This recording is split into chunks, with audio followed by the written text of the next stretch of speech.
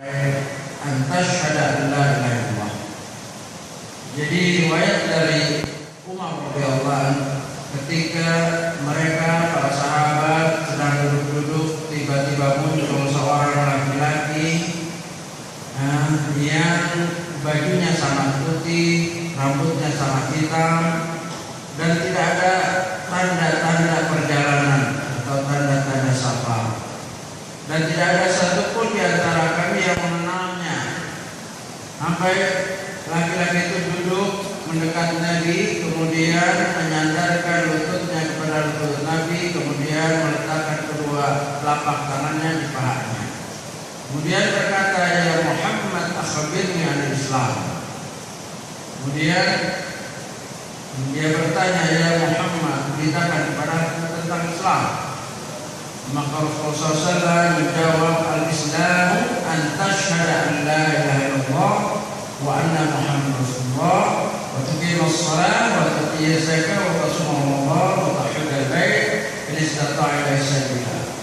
Ya, kita akan bahas sampai sini dulu, yaitu tentang syahadat. Yang lalu kita sudah bahas sedikit banyaknya bahwa Islam diawali dengan syahadatain. Siapapun yang ingin masuk Islam haruslah dia bersyahadat. Dan inilah sahnya seorang dikatakan beragama Islam. Adapun seorang yang bapak ibunya sejak kecil, bapak ibunya muslim dan besar dari kalangan orang muslim, tidak perlu syahadat ulang. Karena berdasarkan hadis, yang kullu mauludin illa yulad alal fitrah. Setiap anak terakhir tidaklah dia terakhir kecuali dalam keadaan fitrah. Al-fitrah al-Islam, ya al-Rabbah, mengenal Rabbnya. Jadi nggak perlu lagi ada syahadat ulang. Karena kita terlahir dalam keadaan Islam. Ya, makanya kalau ibu bapak Islam otomatis Islam. Tinggal ketika balik dia taklif, terbebani dengan apa itu hukum Islam, apa itu hukum iman. Oh iya, kita lalu telah menyinggung bahwa syahadat mempunyai makna rukun, syarat, dan nawaqid. Maknanya, rukunnya, syaratnya, dan pembatal-pembatalnya. Insyaallah mudah-mudahan sudah tahu semua, tapi tidak salahnya kalau kita ulang di sini. Begitulah ibadah. Begitu juga misalkan sholat, ada maknanya, ada rukunnya, ya, ada syarat sholat, rukun-rukun sholat, ya. Begitu ada juga pembatal sholat, ya, puasa, haji, dan seterusnya. Alhamdulillah kalau kita mengetahui hal itu, itulah untuk kesempurnaan, karena Allah memerintahkan fa'lam annahu la ilaha illallah. Dalam surat Muhammad ayat 19, berilmulah, ketahuilah sesungguhnya tidak ada ilah yang berhak disembah kecuali Allah. Pertama mengetahui maknanya, bahwa tidak ada ilah yang berhak disembah kecuali Allah. Orang yang telah bersyahadat adalah orang yang kafir dengan apa yang disembah selain Allah, dan dia hanya beriman dan menyembah hanya kepada Allah. Maka di situ ada rukunnya, yaitu nafi wal itsbat. Tadi maknanya, kemudian rukunnya. Rukunnya ada dua, rukun syahadat, apa tadi? Nafiyun wa itsbatun, peniadaan dan penetapan. Peniadaan semua ilah-ilah sesembahan selain Allah, dan hanya menetapkan Allah sebagai zat yang disembah. Dia bermohon, tempat istighosah, tempat dia berdoa, mengeluh, tawakal, dan seterusnya. Inilah makna syahadat dan rukun syahadat. Kemudian apa syarat daripada syahadat atau syarat daripada la ilaha illallah? Ya, para ulama telah menyusun dalam beberapa kitab. Di antaranya kalau kita membaca kitabnya Syekh Abdul Aziz bin Baz, itu juga ada, ataupun kitab yang lama. Yang jelas ada beberapa syarat daripada syahadat. Lalu di dalam kitab Hakikatul Tauhid ada ucapan dari Abdullah bin Munabbih yang menafsirkan tentang hadis miftahul jannah la ilaha illallah. Kunci surga adalah la ilaha illallah. Hadis sahih, kuncinya surga adalah la ilaha illallah. Tanpa la ilaha illallah, tanpa mengucap, meyakini dan menghafalkan la ilaha illallah, seorang tidak mungkin masuk surga. Itu kuncinya. Itu syahadat la ilaha illallah. Tetapi kalau qala ulama yang Syekh Abdullah bin Munabbih, likulli miftah asnan. Setiap kunci ada gigi-giginya, ada kodenya. Kalau kunci zaman dahulu itu kan gigi, sekarang juga masih ada. Walaupun semodern apa mesti ada kodenya. Nah, asnannya itu gigi-giginya adalah syarat daripada la ilaha illallah yang kita akan bahas. Jadi setelah kita mengetahui maknanya, kemudian rukunnya, ada yang harus ditiadakan, ada yang harus ditetapkan. Nafyu wal itsbat itu rukun. Sekarang syaratnya apa? Syarat daripada syahadat. Yang pertama adalah al-ikhlas. Ya. Atau itu yang berapa? Yang pertama al-ilmu. Yang ikhlas itu benar. Kadang-kadang juga ada kitab yang mengawali dengan al-ilmu. Baik. Berdasarkan ayat tadi surat surat Al-Anbiya, surat Muhammad ayat 19, kita awali dengan al-ilmu. Yang pertama al-ilmu, karena memang itu yang diperlukan. Tapi ada sebagian kitab yang pertama al-ikhlas. Itu urutan tidak jadi masalah. Yang jelas al-ilmu. Kenapa? Karena seorang tidak cukup dari kecil Islam, bapak Islam, ibu Islam, kemudian nggak belajar, ya, tidak tahu apa yang membatalkan, tidak tahu apa syarat-syaratnya. Bagaimana kalau sholat dia tidak tahu yang membatalkan, maka dia tetap sholat walaupun sudah batal. Bagaimana diterima? Karena hadisnya dikatakan la tuqbalu sholat, tidak akan diterima sholat. Sholat seseorang itu tidak akan diterima sampai dia bersuci. Ya, atau biduni tuhur, biduni wudu, tanpa tidaklah sholat diterima tanpa wudu atau tayamum kalau nggak ada air atau ada wudu. Ya. Nah begitu juga bagaimana seorang syahadatnya sempurna kalau dia tidak tahu syarat-syaratnya. Yang pertama al-ilmu. Ya, karena perintah Allah fa'alam annahu la ilaha illallah. Hendaklah dia mengetahui apa yang harus ditiadakan dan apa yang harus ditetapkan. Dia harus meniadakan seluruh sembahan-sembahan selain Allah, dan dia harus menetapkan hanya Allah yang dia sembah. Inilah ilmu yang paling penting di dalam makna la ilaha illallah. Ya, dan inilah dakwah para nabi, la ilaha illallah. Para nabi yang pertama sampai yang terakhir Nabi Muhammad SAW. Rasul yang pertama sampai Rasul yang terakhir yaitu Muhammad SAW, dakwanya adalah la ilaha illallah. Dan ini wajib kita mengetahuinya. Fardhu ain. Seorang mungkin tidak memahami ilmu tajwid, masih ringan. Ilmu hadis, mustalah hadis, fikih, ya, itu adalah ilmu fardhu kifayah. Tapi ilmu tauhid, mengetahui tentang la ilaha illallah, apa yang harus ditiadakan, apa yang harus ditetapkan, dan apa-apa saja yang membatalkan atau syarat daripada la ilaha illallah, ini mesti kita berusaha semaksimal mungkin. Karena walaupun Islam kita hasil turunan orang tua, tadi bapak ibu Islam otomatis Islam, atau ada juga yang convert, yang masuk Islam karena ibu bapaknya bukan Islam, dia masuk Islam mengucap la ilaha illallah. Ya, dibimbing dan mengucap la ilaha illallah. Cukup tidak?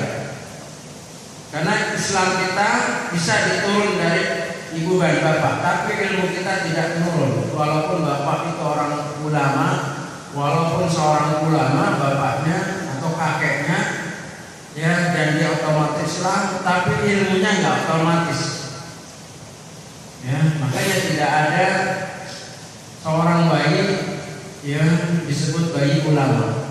Kalau seorang bayi disebut miliuner, itu ada. Orang bayi mati, ya bapak ibunya mati, orang kaya, ini bayi masih merah, tunggal sendiri, bapak ibunya mati mungkin karena kecelakaan, tapi warisannya 30M misalnya.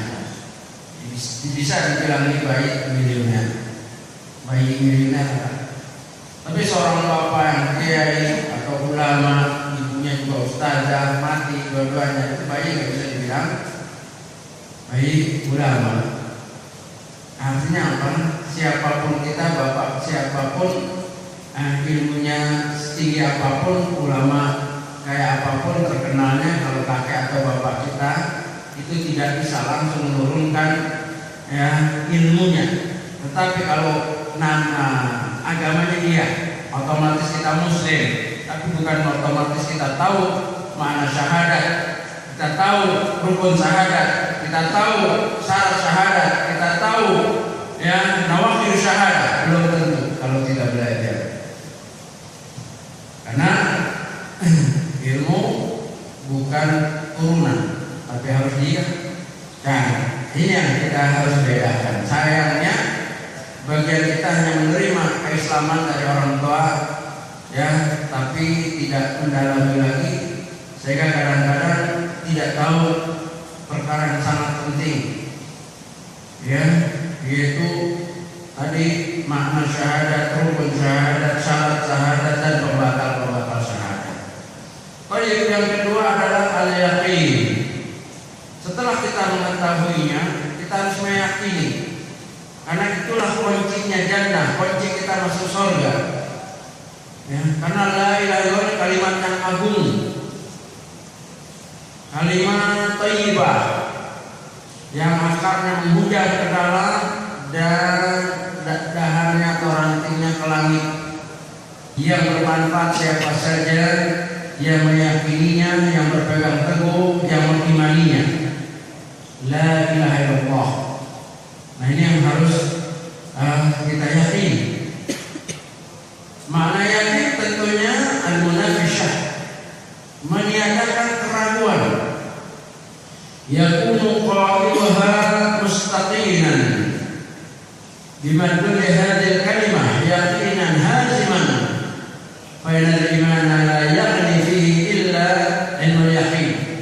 Hendaklah orang yang mengucapkan la ilaha illallah, baik itu turunan atau masuk Islam, hendaklah dia yakin kalimat thayyibah, kalimat yang hak, kalimat yang tinggi.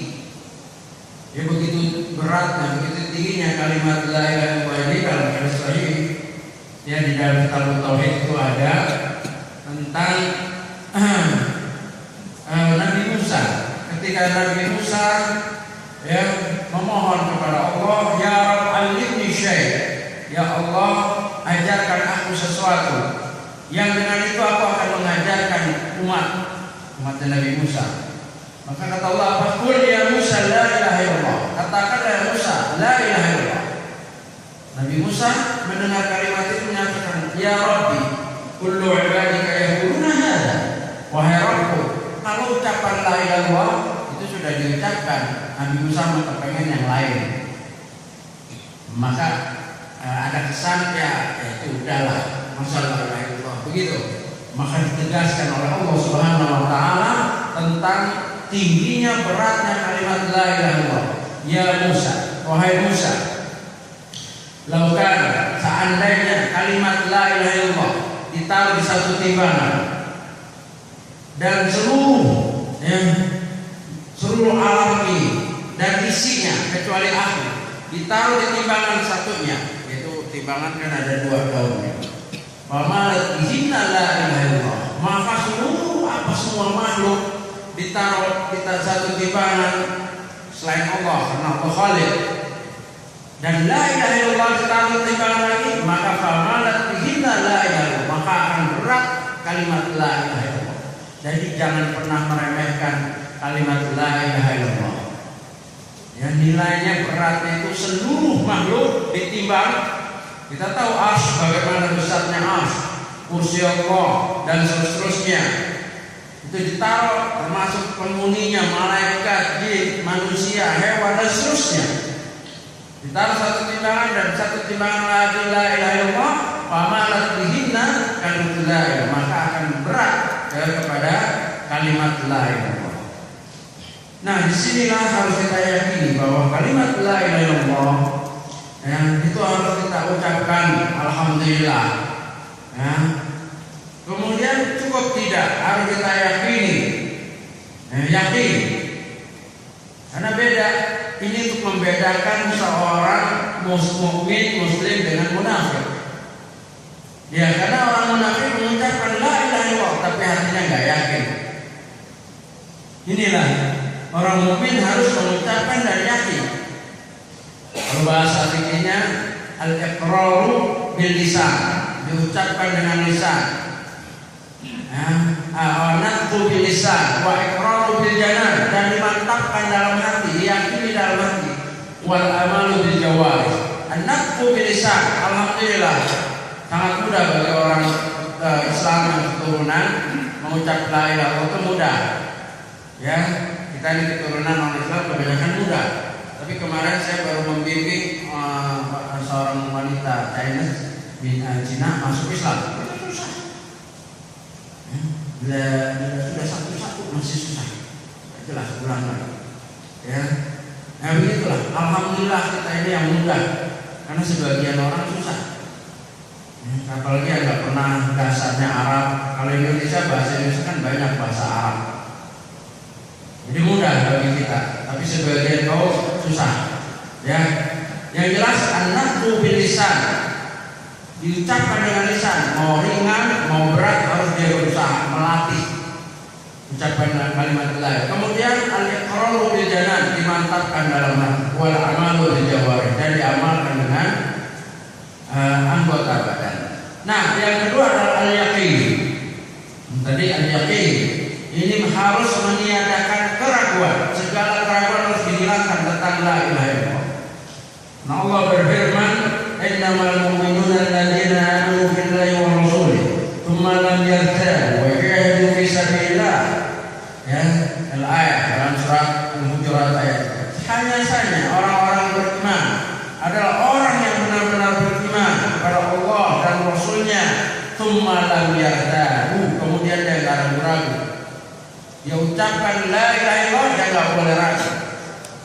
Apalagi mengucapkan la ilaha illallah tapi hatinya membenci. Ini adalah orang munafik. Karena di dalam definisinya, orang munafik itu adalah orang yang menampakkan keimanan tetapi menyembunyikan kekafiran. Makanya hatinya benci dengan Islam, hatinya benci dengan la ilaha, tapi karena kondisi-kondisi tertentu dia pura-pura Islam, pura-pura mengucap la ilaha. Nah, ini hendaklah kita perhatikan, jangan sampai kalimat la ilaha illallah itu hanya membasahi bibir kita tapi tidak menyerap ke hati kita. Ini harus dimantapkan lagi. Al-yaqin syarat kedua. Tadi ilmu, kemudian yakin, agar kita beda daripada orang-orang munafik yang hanya mengucapkan la ilaha illallah, ya, tapi tidak meyakini. Bahkan di antara mereka benci dengan kalimat la ilaha illallah. Waliyadzubillah. Yang ketiga adalah al-qabul, menerima ilmu, yakin, qabul, mengetahui, meyakini dan menerima. Ya. Seorang yang telah mengucap la ilaha illallah harus menerima apa kehendak dari kalimat la ilaha illallah. Yang pertama, faedah kehendak la ilaha illallah adalah nafyun, meniadakan. Harus meniadakan segala Tuhan, segala sesembahan, segala bentuk apa yang dijadikan Tuhan oleh manusia, dan hanya menetapkan sesembahan itu hanya Allah. Nah, jadi pertanyaan, apakah ada manusia menyembah selain Allah? Ya. Dalam sejarah di Ka'bah itu ada 315 berhala yang mempunyai tugas-tugas masing-masing. Ada yang tentang jodoh, ada yang tentang nasib, ada yang tentang rezeki dan seterusnya. 315. Ya. maka itu harus dikafirkan. Itulah makna la ilaha illallah. Maka di antara yang telah mengucap la ilaha illallah, langsung reaksinya para sahabat setelah mengucap la ilaha illallah langsung membuang patung-patung atau meninggalkan, tidak menyembah lagi, tidak memohon lagi. Dan sebaliknya bagi mereka yang menolak tetap menjaga ya hubungan mereka dengan patung-patung itu. Apakah mereka tidak menyembah Allah? Tidak, mereka menyembah Allah. Orang musyrik itu menyembah Allah. Orang talbiyahnya juga begitu. Labbaik Allahumma labbaik. Itu talbiyahnya orang musyrik ketika pergi haji atau buat haji. Labbaik illa syarikan wahidan wala. Labbaik Allahumma labbaik. Ya, kami serahkan diri kami kepadamu ya Allah. Ya, kami serahkan. Labbaik, kami serahkan kepadamu yang tidak ada persekutuan kecuali persekutuan yang engkau telah tetapkan. Itu yang berhala-berhala. Enggak ada persekutuan kecuali persekutuan yang mereka sudah tetapkan, yaitu 315. Beda dengan kita orang Islam telah syahadat. Ketika risalah Rasulullah SAW membersihkan talbiyahnya. Labbaik Allahumma labbaik, labbaik la syarika laka labbaik, innal hamda wa ni'mataka wa mulka dan seterusnya. Itu telah bersih, enggak ada persekutuan. Wal mulk, dan bagi Allah kerajaan hanya milik Allah, kekuasaan, kerajaan, rezeki, jodoh, semua hanya kepada Allah. Enggak boleh untuk sesuatu kepada Allah, untuk jodoh ke mana gitu. Berdoa salat kepada Allah untuk rezeki ke Gunung Kawi, enggak boleh. Ya, mintanya kepada Allah, mau rezeki, mau anak, mau pasangan, mau jodoh, mau kerja, mau apa, mau gaji, supaya dinaikkan gajinya, pangkatnya naik, minta kepada Allah. Inilah orang yang bertauhid. Nah, disinilah terjadi pertentangan antara kebiasaan orang kafir Quraisy ya dengan apa yang dirisalahkan dibawakan oleh risalah oleh Nabi Muhammad SAW. Jadi kabul, ketika seorang mengucap la ilaha illallah, dia berilmu tentang la ilaha illallah, dia yakin dengan la ilaha illallah, kemudian dia menerima tanpa syarat. Nggak boleh, saya mau mengucap tapi masih diperbolehkan minta sama patung, nggak boleh. Sudah habis semua, hanya mintanya kepada Allah Subhanahu Wa Taala. Termasuk masjid ini milik Allah. Masjid mana aja, wa annal masajida lillah fala tad'u ma'a ahad. Sesungguhnya masjid-masjid hanya milik Allah. Janganlah kamu menyeru kepada selain Allah siapapun juga. Di masjid milik Allah, enggak boleh kita menyeru kepada selain Allah. Apalagi tempat-tempat yang bukan masjid kepada selain Allah, tambah parah. Ya, al-qabul merupakan syarat yang ketiga yang hendaklah ada pada kita. Tentunya pembahasannya banyak, ayatnya banyak, tapi karena waktunya sempit kita singkat saja. Yang ar-rabi al-inqiyad. Al-inqiyad bima dalat alaihi al-munafi li tarki dzalik. Qala ta'ala wa anibu ila rabbikum wa aslimu lah. Dalam surat Az-Zumar ayat 50. Al-inqiyad tunduk, terikat, patuh. Yang meniadakan perkara-perkara yang meninggalkan itu semua. Allah memerintahkan dalam surat Az-Zumar ayat 54, wa anibu ila rabbikum, kembalilah kamu kepada Rabb kamu. Taruhlah kemarin mungkin kita melakukan kemusyrikan begini-begini, selama kita masih hidup, selama belum sakratul maut, selama belum kiamat, maka itu ada pintu taubat terbuka. Maka Allah seru orang yang telah bersyahadat, ya, setelah dia berilmu, ya, dia tidak ragu, dia menerima, dia hendaklah inqiyad, tunduk patuh dengan kalimat itu. Karena Allah perintahkan, kembalilah kamu kepada Rabb kamu dan berserah dirilah kepadanya. Berserah diri kepada Allah dengan ikatan kalimat la ilaha illallah. Itu ikrar kita, syahadat kita. Maka orang Islam diawali dengan mengucap la ilaha illallah, itu ikrar seperti baiat atau janji setia. Ya, sesungguhnya tidak ada ilah yang berhak disembah kecuali-Mu ya Allah. Ini harus ada efeknya. Itu apa? Kita tunduk dengan apa yang kita ucapkan, dan ini sangat logik. Di dunia saja ada aturan. Seorang masuk ke perusahaan, ada ikatan-ikatan, ada perjanjian. Saya masuk ke perusahaan ini, nah itu kan ada aturan kerjanya. Ya, perusahaan mana ada? Nggak ada perusahaan yang nggak ada ikatan.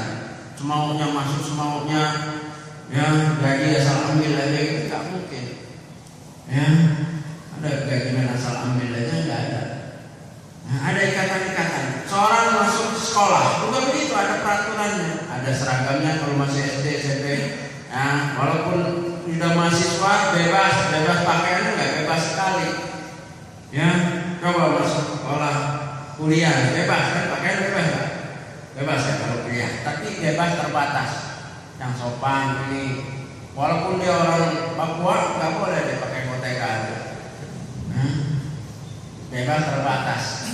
Itulah aturan, itulah kesepakatan. Apalagi kita kepada Allah Subhanahu wa Ta'ala ada kesepakatan. Ketika seorang bersyahadat, sepakat kita tunduk patuh, kita kembali kepadanya, kita berserah diri. Ya, terserah. Makanya itu kesolatan ketika pergi haji itu bukti kepasrahan kita. Labbaik Allahumma labbaik. Ya Allah, serahkan diriku ya Allah, terserah kamu mau apakan itu. Begitu. Dan kepasrahan, tunduk patuh telah digambarkan oleh para nabi terdahulu. Bayangkan Nabi Ibrahim, ya begitu ketika diperintahkan oleh Allah, aslim li rabbik kama qala Ibrahim. Ibrahim berkata, aslamtu lirabbil alamin. Allah memerintahkan Nabi Ibrahim tunduk, maka Nabi Ibrahim aku telah tunduk sampai diperintahkan untuk menyembelih anaknya, dia mau sembelih, dan anaknya juga patuh tunduk terserah. Jadi apa? Tidak berontak, tidak protes, ya siap untuk disembelih. Itulah puncak daripada kepatuhan tunduknya. Dan kita ini belum apa-apa ujiannya dibanding para nabi. Nabi SAW Nabi Muhammad begitu menerima risalah la ilaha illallah, ya mengikuti apa perintah Allah sampai dia terusir pada tadinya yang paling terhormat, keturunan yang paling kuat untuk menerima kunci, ya adat istiadat setempat yaitu Ka'bah. Tetapi sampai terusir, diperangi, dikejar dan mau dibunuh. Itulah makar, itulah risiko daripada la ilaha illallah. Tapi Rasulullah SAW tunduk dengan la ilaha illallah, bukan tunduk dengan aturan mereka. Dari syarat orang telah mengucap la ilaha illallah al-inqiyad, dia harus tunduk apa maunya la ilaha illallah, bukan tunduk kepada selain Allah. Itu kembali kepada Rabb yang telah mensyaratkan siapa saja yang mau selamat hendaklah Islam, dan Islam diawali dengan kalimat la ilaha illallah. Ya, wa aslimu lah, hendaklah berserah diri. Ya, di dalam ayat lain surat An-Nisa 125 Allah juga menerangkan wa man ahsanu dinan mimman aslama wajhahu lillahi wa huwa muhsinun. Dan siapakah yang lebih baik agamanya dari orang yang telah berserah diri pada Allah, baik secara zahir dan batin. Wa huwa muhsinun, dan selalu berbuat baik. Dan standar kebaikan yang paling tinggi adalah tauhid. Nilai orang disebut cerdas, baik, nah itu adalah tauhidnya. Buktinya apa? Abu Jahal itu dulu Abul Hakam, bapak hukum, ya. Dalam meeting, dalam rapat, kalau kaum jahiliyah ketika rapat, Abu Jahal terakhir orangnya, Abul Hakam. Sebelum ada Islam namanya Abul Hakam. Terakhir dia bicara. Orang bicara, dia diam. Begitu Abu Jahal atau Abul Hakam bicara, itu menjadi hukum. Berarti orang pintar. Dalam segi hukum dunia dia pintar. Abul Hakam, bapak hukum.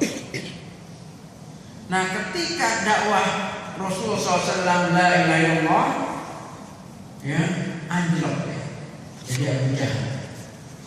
Dari Abul Hakam menjadi Abu Jahal. Kenapa?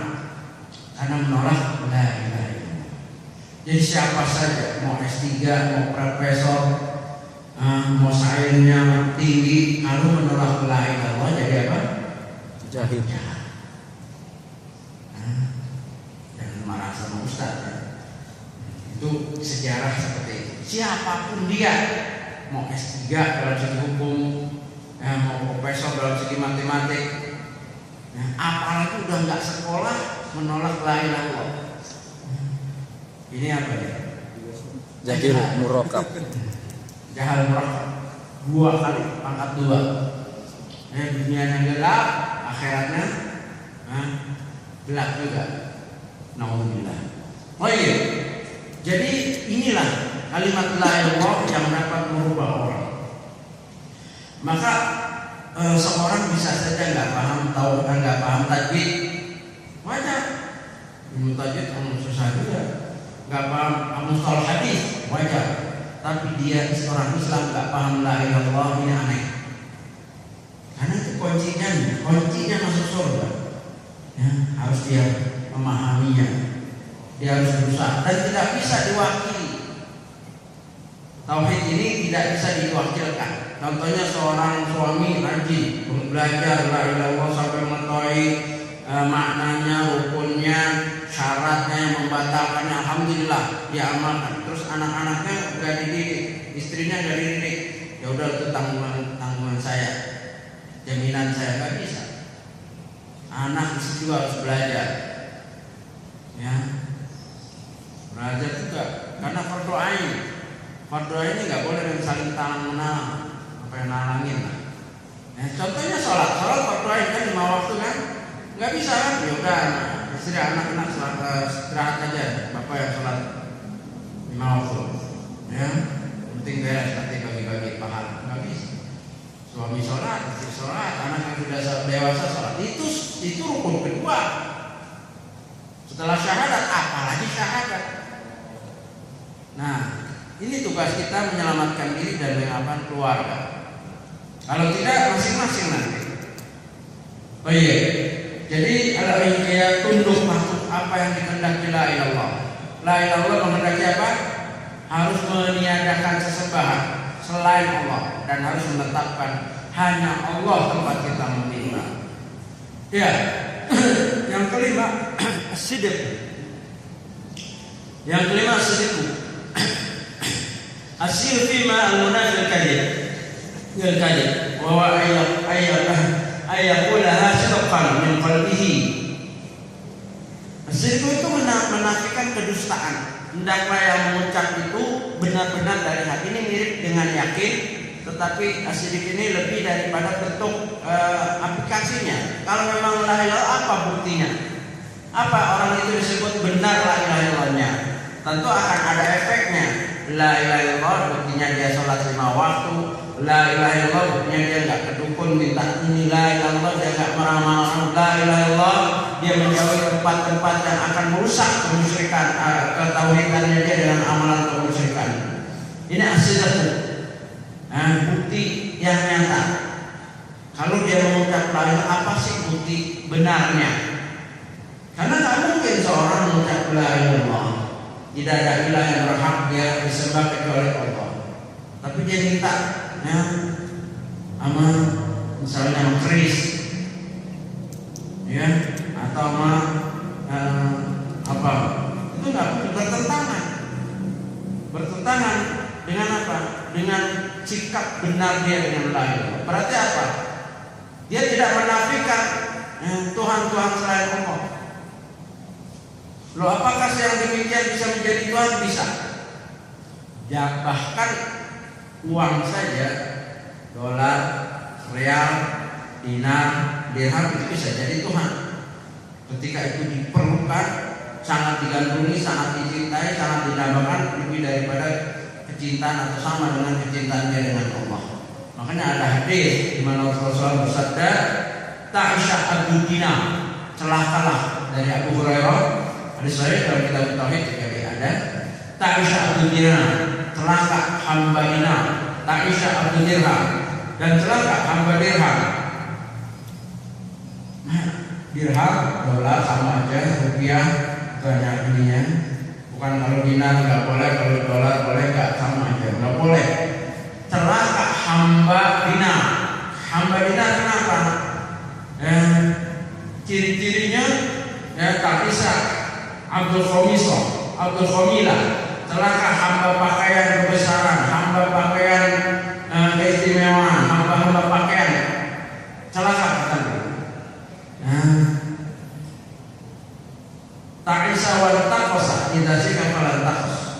Celaka dan tersungkurlah kalau benar diri bisa dia tidak akan bisa dicabut. Itu saking bencinya Rasulullah SAW dengan manusia yang mengambil Tuhan selain Allah, termasuk Tuhan-Tuhannya adalah dinar, dirham, dolar, rupiah atau apa saja.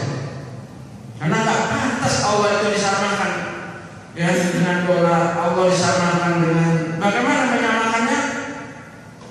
In yu'ta radiya wa illam yu'ta sakit. Kalau ada dia bahagia, kalau nggak ada itu dolar, dinar, dirham, dia mencaci maki, marah. Itu sudah jadi Tuhan. Ya, ini definisi dari Rasulullah SAW, bukan dari ulama. Ulamanya ulama. Ya, yang dapat wahyu, yang akhlaknya agung, yang tidak berucap dasar hawa nafsu, tapi wahyu yang bahkan kepadanya. Ciri-cirinya seorang apabila dia mudah gulana, susah hidupnya, gelap dunia ini ketika tidak ada dinar, tidak ada dirham, tidak ada dolar, maka dia telah menjadikan itu sebagai Tuhan. Ya. Maka ya kita perlu walatan sanasi bagaimana dunia. Jangan kamu lupa urusan kamu dengan dunia. Itu keperluan, jangan lupa. Tetapi yang bisa kita guna-gulana, sedih itu Allah. Apabila kita melupakan Allah, kita sedihlah. Kenapa sampai melupakan Allah? Begitu. Sedih dan tidaknya ukurannya adalah hati kita berkaitan dengan kalimat la ilaha illallah. Bahkan dalam ayat dikatakan afara'aita man ittakhadha ilahahu hawa. Tidaklah kamu melihat orang menjadikan hawa nafsunya sebagai Tuhan. Di dalam kitab Tajrid Tauhid Syekh Al-Makrizi menerangkan bagaimana orang menjadikan hawa nafsu sebagai Tuhan. Di antaranya contohnya para penyembah berhala. Sebetulnya mereka tidak menyembah patung-patung itu, tapi hawa nafsunya yang diikuti, sehingga hawa nafsunya memerintahkan mereka untuk minta dengan berhala. Kan sebetulnya nggak masuk di akal, tapi karena hawa nafsunya telah menguasai hatinya, menguasai akal sehatnya, maka di antara mereka minta dengan patung-patung itu, padahal patung tidak dapat memberi apa-apa. Ya itulah. Jadi as-sidqu, jujur, benar dalam mengucap la ilaha, ini harus teraplikasi dalam bentuk amalan. Kalau benar seorang mengucap la ilaha, pasti dia akan menjauhi segala perkara-perkara yang membatalkan, yang merusak syahadatnya. Ya ilmu sihir, nanti nawafil syahadat apa saja. Ya setelah ini pembatal syahadat pada kesempatan yang lain. Yang selanjutnya syarat yang tadi kelima sekarang keenam al-ikhlas. Ya, al-ikhlas. Kalau dalam amalan ikhlas ini pertama, kedua shawab, al-ikhlas wa shawab. Ya, al-ikhlas apa? Khalis, bersih. Ya, murni. Kalau di dalam bahasa Arab ada lahmu khalis. Daging yang asli, murni, nggak ada tetelannya, nggak ada tulangnya, nggak ada urat-uratnya, bersih. Nah, ketika kita mengucap la ilaha harus ikhlas, harus bersih dari segala sembahan, ketergantungan selain Allah. Kenapa? Karena Allah perintahkan dalam surat Al-Anbiya, surat Al-Bayyinah ayat 5, wa ma umiru illa liya'budullaha mukhlishina lahu-d-din. Dan tidaklah mereka diperintahkan kecuali untuk menyembah Allah mukhlisina, dengan ikhlas. Sayangnya bahasa kita ikhlas ambil dari bahasa Arab, tapi maknanya berbeda. Kalau kita ikhlas itu tanpa pamrih. Padahal kalau bahasa Arab yang disebut ikhlas adalah bersih dari segala jenis kemusyrikan, baik syirik akbar maupun syirik asghar, bersih. Kalau kita menyembah Allah dengan ikhlas, tidak ada unsur-unsur lain. Tidak ada kita boleh kepada yang menandingi Allah. Makanya surat Al-Ikhlas, ya, kita hafal semua. Qul huwallahu ahad, Allahus samad, lam yalid wa lam yulad wa lam yakul lahu kufuwan ahad. Katakanlah Allah itu ahad. Allah tempat kita bergantung, Allah saja tempat kita bergantung. Iyyaka na'budu wa iyyaka nasta'in. Hanya kepadamu ya Allah kami beribadah, hanya kepadamu ya Allah aku mohon pertolongan, hanya kepadamu ya Allah aku beristighotsah, hanya kepadamu ya Allah aku bersumpah, aku bernazar, ya aku sholat, inna sholati wa nusuki wa mayyulillahi rabbil alamin. Itu loh ikhlas. Allahu samad, lam yalid wa lam yulad. Allah tidak beranak dan tidak diperanakan. Walam yakul lahu kufuwan ahad. Tidak ada sekutu, tidak ada rivalnya Allah. Enggak boleh. Meskipun itu malaikat tidak akan sama. Tidak boleh orang menyembah Allah menyembah malaikat. Meskipun itu para nabi enggak boleh. Seorang enggak boleh minta kepada Allah, minta kepada nabi. Nabi makhluk yang diciptakan oleh Allah, diberi amanah, sudah sebatas makhluk, enggak boleh disembah. Nah, bayangkan nggak boleh menyembah Allah, menyembah juga malaikat, menyembah Allah, menyembah juga apalagi orang, apalagi patung, ya begitu. Inilah yang ikhlas, bersih, khalis. Jangan ada, kalau daging tadi jangan ada tetelan-tetelannya, jangan ada kotorannya, tulang, nggak boleh. Kita menghadap Allah ikhlas. Tauhid kita ini harus ikhlas, bersih dari segala kotoran-kotorannya. Alhamdulillah kalau kita masih diberi panjang umur, marilah kita bersihkan. Karena begini, kalau kita nggak bersihkan di sini, Allah akan bersihkan. Tenang aja. Gimana Allah bersihkan nanti kalau kita sudah wafat di alam barzah dan di neraka? Alhamdulillah. Jadi mumpung diberi kesempatan, bersihkanlah tauhid kita dari noda-noda syirik, baik syirik akbar, syirik asghar, nanti syirik kita akan bahas. Jadi khalis harus bersih, ikhlas. Sikap seorang yang telah bersyahadat harus ikhlas. Tidak boleh ada unsur-unsur yang lain yang dia gandrungi dan seterusnya. Ya, tentu masih banyak ayat-ayat yang berkaitan dengan ikhlas. Syartu sabi' al-mahabbah. Syarat yang ketujuh adalah kecintaan. Ini harus ada rasa cinta. Ya tentunya bagaimana seorang telah mengucap tetapi dia tidak mencintainya.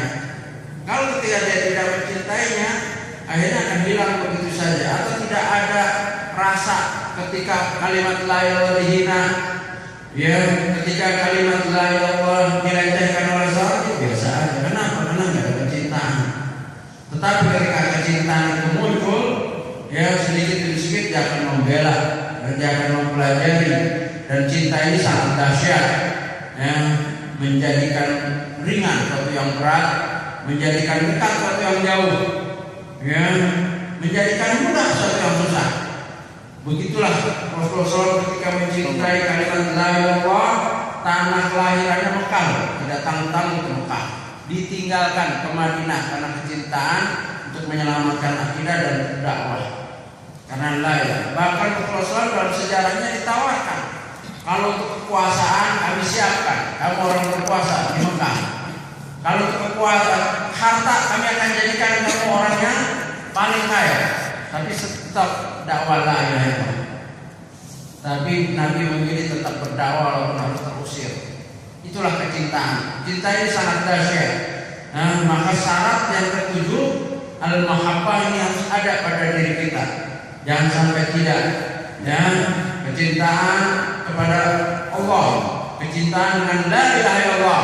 Karena di antaranya ayat yang menyatakan wa minan nasi may yattakhidhu min dunillah andadan yuhibbunahum ka hubbillah walladzina amanu ashaddu hubban lillah. Di antara manusia ada yang menjadikan tandingan-tandingan selain Allah, dia cintai sebagaimana cintanya kepada Allah. Padahal orang yang telah bersyahadat, orang tersebut harus cintanya itu lebih tinggi kepada Allah, lebih tinggi pada la ilaha illallah, baru kepada yang lain. Jangan sama. Ya tentunya ayat ini atau ayat yang berkaitan dengan cinta ini masih banyak dalam surat 9, surat At-Taubah ayat 24 dan yang lainnya.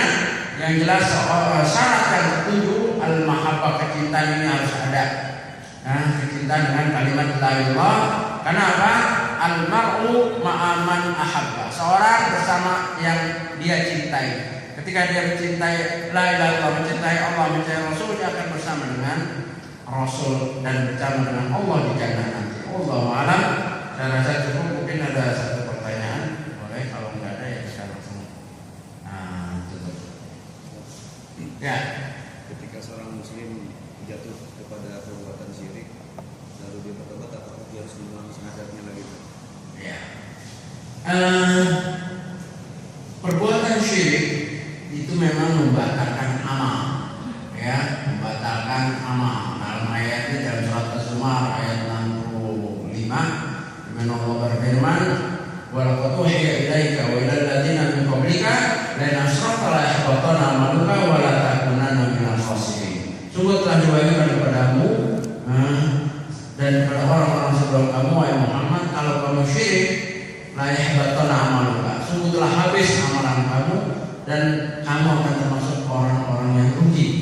Nah, para ulama menyatakan amalan aja habis, amalan-amalan itu akan habis. Ya, kalau dia asalnya orang Islam, ya dia nggak perlu mengucap syahadat lagi. Karena kalau tobat, ketika dia tobat, ya dia kan sholat. Di sholat ada syahadat, di adzan ada syahadat, baca ayat ada syahadat, ada la ilaha illallah, ya kecuali murtad. Jadi beda amalan syirik dengan murtad. Kalau murtad kan ganti agama, ya amalannya habis, syahadatnya juga hilang. Kalau murtad, tetapi kalau syirik tidak. Ucapannya itu masih dihargai la ilaha illallah, tapi amalannya habis. Ketika dia tobat, kan dalam Islam tobat itu harus aktif, bukan tobat pasif. Wa'ati saya al-hasanata tampuha, sertailah perbuatan buruk dengan perbuatan baik untuk menghapusnya. Maka setelah dia tahu bahwa dia melakukan kemusyrikan, dia tobat-tobatan nasuha. Ya, contohnya dia dengan sholat lima waktu, di dalam sholat ada syahadat kan, selesai. Gak perlu dia nyari orang cari masjid, ya saya mau syahadat ulang. Nanti orang masjid juga bingung, ya kapan yang murtadnya? Ya KTP-nya masih Islam. Nah ini kalau orang yang murtad, ya dia udah ganti agama, terus ternyata sadar, ya dia pikir agama lain enak, maka tambah susah. Ya, tobat, balik lagi, itu dia harus bersyahadat. Jadi dibedakan antara perbuatan syirik. Nah, tapi kalau amalan, ya habis sama. Murtad ucapan dengan amalannya hilang. Tapi kalau syirik, amalannya aja, perbuatannya saja hapus. Begitu. Nah, jadi dia nggak perlu cari imam masjid untuk syahadat lagi atau ini nggak perlu. Ya astagfirullah, ya dia tobat-tobatan sudah banyak, istighfar, la ilaha illallah, itu zikir, takbir, tahmid, tahlil, ya tasbih, itu yang dibanyak dia sholat sama Allah. Iya, begitu. Allahu a'lam. Ya. Apabila kita misalkan sebagai muslim, kita meminjam uang untuk beli rumah, misalkan ke bank, kemudian dia bilang, kalau saya nggak minjam uang, saya nggak bisa punya rumah. Apakah itu bisa membatalkan syahadat? Ya.